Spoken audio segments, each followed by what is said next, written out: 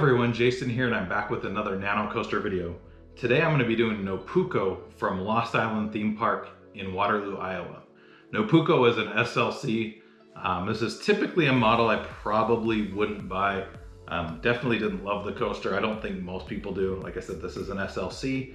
When I visited the park, I rode it in the front row. When I got off, I asked if I had to walk around before I rode again.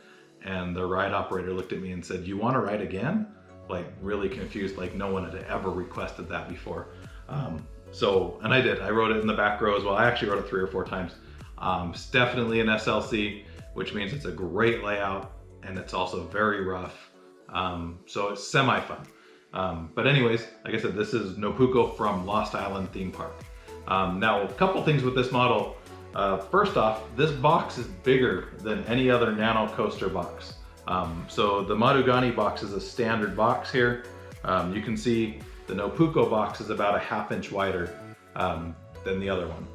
The other thing that differs here, for some reason, every other Nanocoaster says CoasterDynamix Nanocoaster on the front. This one does not. I don't know if they were just trying something different here, but this one is definitely a little bit different. But anyways, let's jump right in. So within the box, you have the base plate. You have a large sheet of pieces. You have a single sheet of instructions that is double-sided. So we got instructions on both sides, and then you have the tip sheet here telling you how to cut out the track. So the first step here is going to be to peel away the brown paper on the base plate. If you watched my Madugani video, you'll notice that one had blue plastic on the base plate covering it, which looks a lot nicer. If you see the brown paper here that says cast on it, you know it probably has to go. The blue, a lot of people actually forget to do it. Some people also forget to remove the brown paper, but peeling this away will reveal just a glossy black base plate. Now on the top, you have the entire coaster layout etched into the base plate, and so it's gonna have to peel away in multiple pieces. On the bottom, it's gonna peel away in just one piece. The easiest way to do this is just kind of put your finger underneath one of the squared off corners and then just peel it away. So I'm gonna peel this away and then we'll proceed to that point.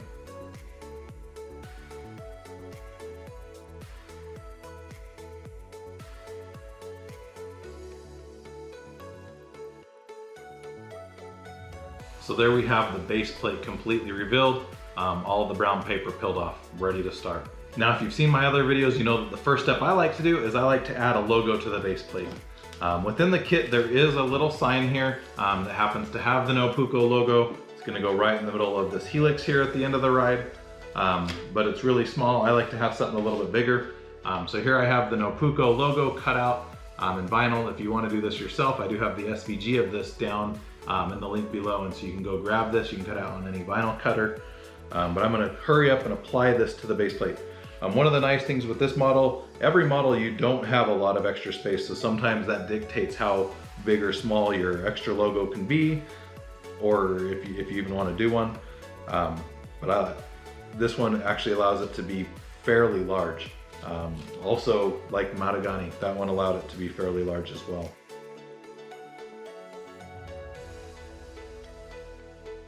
So there we have the Nopuko logo added to the base plate. So the next step here is going to be to cut out each of the track pieces.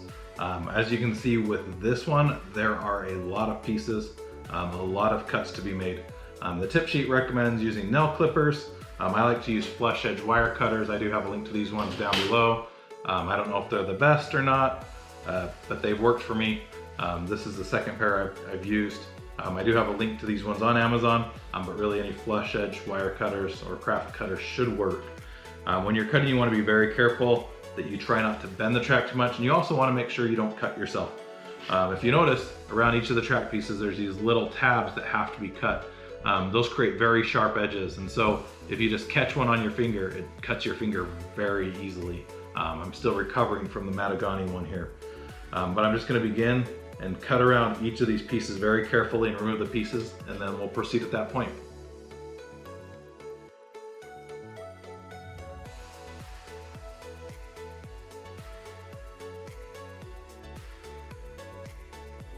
So now that we've completed cutting out all of the pieces, let's get to assembly. Now, as with before, we're trying a different camera angle here, so hopefully you can see construction a little bit better. So as we begin assembly, the first piece we're going to be doing here is going to be the initial lift hill down into the curved first drop here. and then we're gonna go on from there. As you can see, I cut it out pretty evenly, but just like a real SLC, there are some kinks and some jank in here as well. So this piece is going to begin here on the back side of the base plate. So you'll notice here at the start, we have this, this really long tab. That's the base of the lift hill. So we'll begin by dropping that in here. So right here on this edge, we have 2 long slots. We're gonna actually do it at the second one. The one here is going to be more of the station area. We can drop that down into place. Then at the top of the lift hill, there's a single tab there. Now we can just kind of curve this along the track and then match up each of the slots into place as we go around until we end with this medium-sized slot right here. And so that's kind of what that first track piece there is gonna look like. Now we need to lock that into place by flipping it over and bending over each of the tabs. As you do this, you wanna make sure that you're not overlapping any other tabs. I don't know if that's gonna be a problem as much on this model. It doesn't really look like it's gonna have that problem. But like I said, we can just kind of fold over each of these tabs to hold that into place. And then the last step with this is actually gonna be with these angled supports here. So these 2 supports here at the top of the lift hill are gonna have these angled supports that need to be bent in. And when you have supports like that that need to be bent in, the easiest way I've found is with some needle nose pliers. So here at the top, you can just, you can kind of see where it has a little bit of perforation. We can just grab the needle nose pliers here and just grab that top piece and just kind of twist it around inside. We'll do that with both of these. And then we'll bend each of these supports to make sure that they follow the track just right. And so that's gonna complete the first piece of track here on Nopuko. Step 2 is gonna still have us working with this first piece of track, but on additional supports. You'll notice there's a big gap here in the supports. This is a suspended coaster, so we have supports that don't just connect to the bottom, but they actually go up and over. And for that, there are 3 different sizes of supports here, and we're gonna install each of these. So on this lift hill, you can see that there's these little notches cut out of the top, so that's where each of them are gonna line up. So we'll start here with the tallest one. And we'll just kind of drop that into place here, finding the 2 slots down on the base plate. And then lining up this notch with the top of the support. And then once we have that lined up, we can come underneath once again and bend over the 2 tabs on the bottom, just like that. And so that's kind of what the first support's gonna look like. It's a little bit bent. We can hopefully straighten it out just a little bit here with our fingers. We'll repeat that with the second medium support and then the smaller support to complete this structure.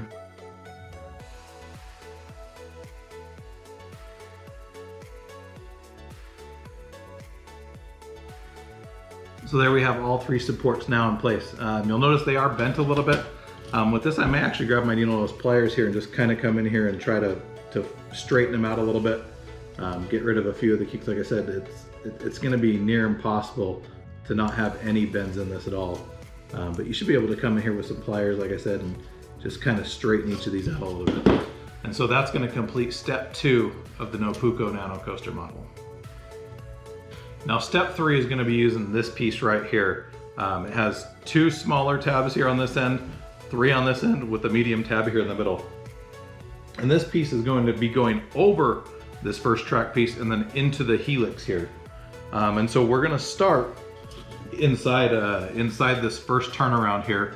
And you'll notice like I said, we have these 2 smaller tabs. We're gonna put a slight curve here in the track just to kind of get us started here. And then we can come inside here and then there's a slot right inside this curve of the first piece of track. And then there's one a little bit further down. And that's gonna be our 2 small tabs. I'm actually gonna fold over those really quick on the bottom to hold that into place. And now we can just kind of follow the track layout on the base plate.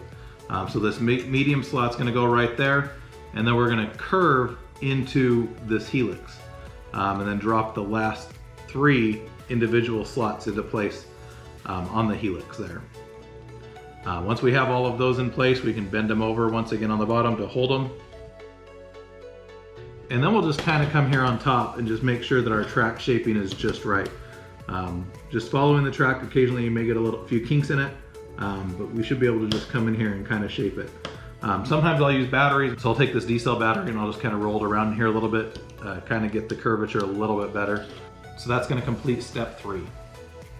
So step 4 is going to have us using this relatively flat piece here that has 3 large tabs.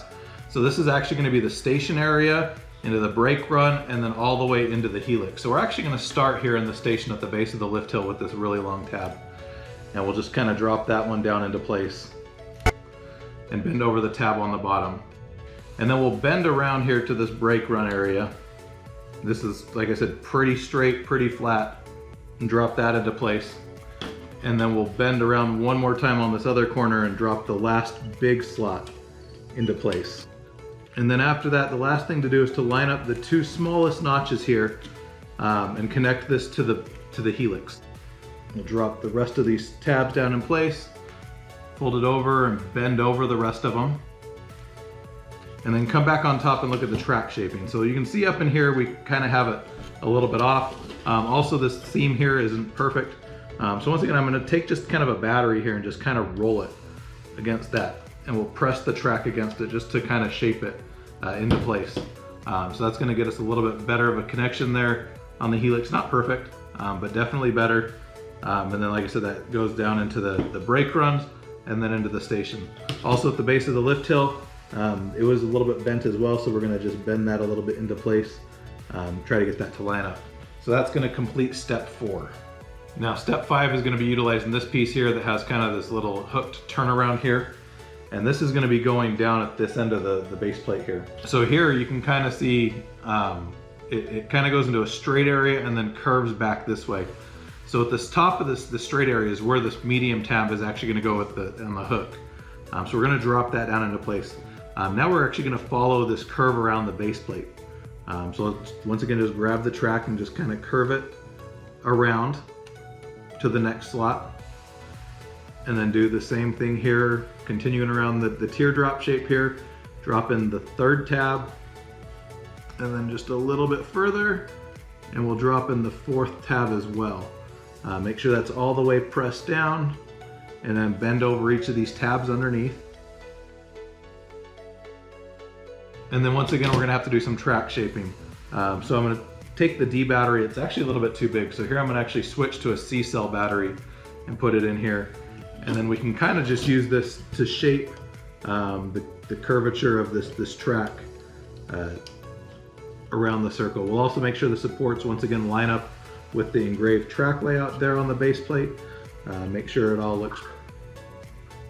just looks really clean and good. And so that's going to complete step number 5.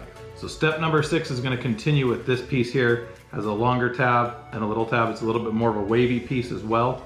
This is going to continue off of what we just did. And so off the end of the curve here, we're gonna start with this little tab that has the smaller medium tab and then the large tab. And it's kind of just mostly straight except for the ends here.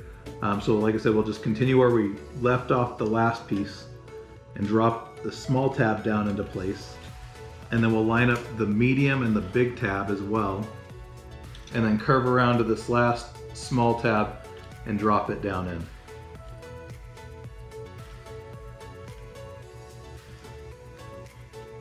And then once we have that all in, once again, we'll come underneath here and bend in each of these tabs to hold it into place.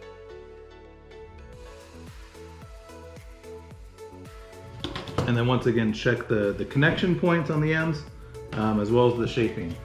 And so that's gonna complete step number 6. That'll move us to the back of the instructions here for our last 2 track pieces. So this track piece here is actually gonna connect to the bottom of this kind of hook shape piece we did previously. And that end there is going to be the end here that doesn't stick out as much. You'll notice the piece is almost mirrored, but this one protrudes just a little bit and this one protrudes quite a bit more. So the one that protrudes more is gonna be at the other end. So we're just gonna follow the shaping of the track on the base plate once again. So we'll drop this larger slot down into place as much as we can. But we also need to bend the track here. You can see above we're bending it. And we're gonna drop this other piece in over here. So we're gonna line up both of those and press the piece down into place.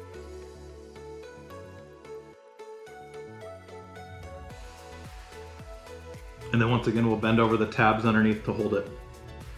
And so that's gonna complete step number 7. So step number 8 is the final piece of track, and it's this piece here, which I believe is a perfect mirror of itself. And so this one's actually going to connect the two track pieces here that kind of face different directions. And so with this one, it's going to kind of create like an S shape. So you can already see the track was naturally bent a little bit just from me cutting it out.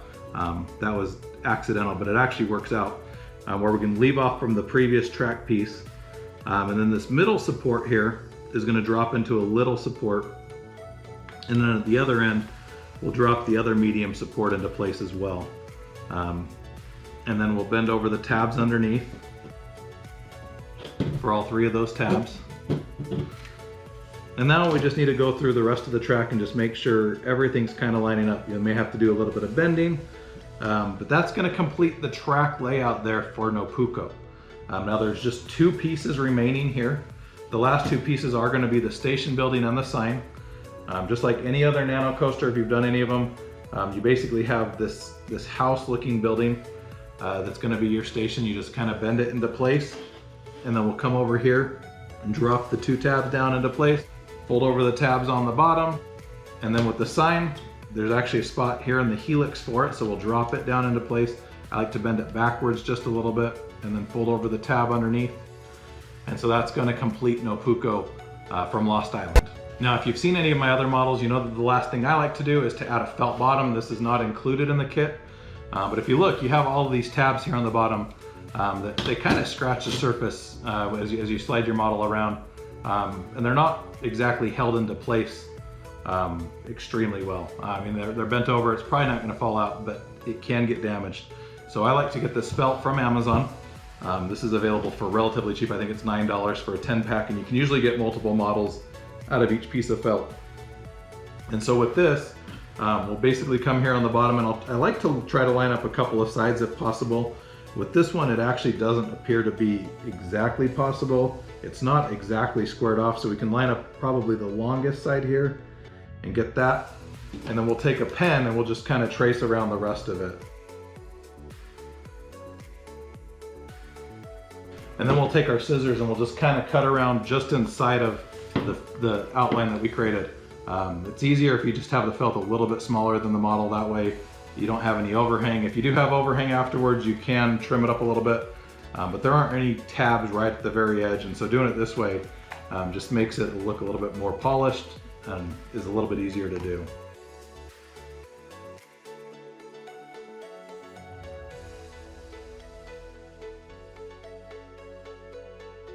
So now that we have our adhesive felt cut out, we can easily apply it by first removing just a little bit of the paper backing. I like to take just one end here and tear away the paper, and then we'll line up the model over the felt. Make sure that we cover it completely. And now that we have that done, we can come underneath here and peel away the rest of the backing. And then I like to use the edge of the table here to help finish applying it. So I'll just kind of go right here at the edge of the table. Once again, go underneath and make sure you're lining everything up properly, but you can then kind of just drag the felt. And so now it has a nice smooth felt bottom. You can slide it around on the table as much as you want. It's not going to mess anything up. And so that's going to complete Nopuko from Lost Island Theme Park. So like I said, this is one of two models. Matagani was the last one we did. These are both available from the park for, I believe, $37.99, may have been $35.99. The park is closed for the season now, but I assume they're probably going to have these into the future. Both turned out really good, really nice looking models. If you ever have a chance to get out to Lost Island Theme Park, I highly recommend it. It's a fantastic park. The day we went was Labor Day weekend, and the park was absolutely dead. I do hope that more people go out and enjoy the park. Hopefully this park can make it. I also hope you enjoyed this video. If you did, make sure you hit the thumbs up button. If you didn't like it, that's fine as well. If you want to see more videos like this with nano coasters and coaster cutouts, make sure you hit the subscribe button. Thanks for watching and have a great day.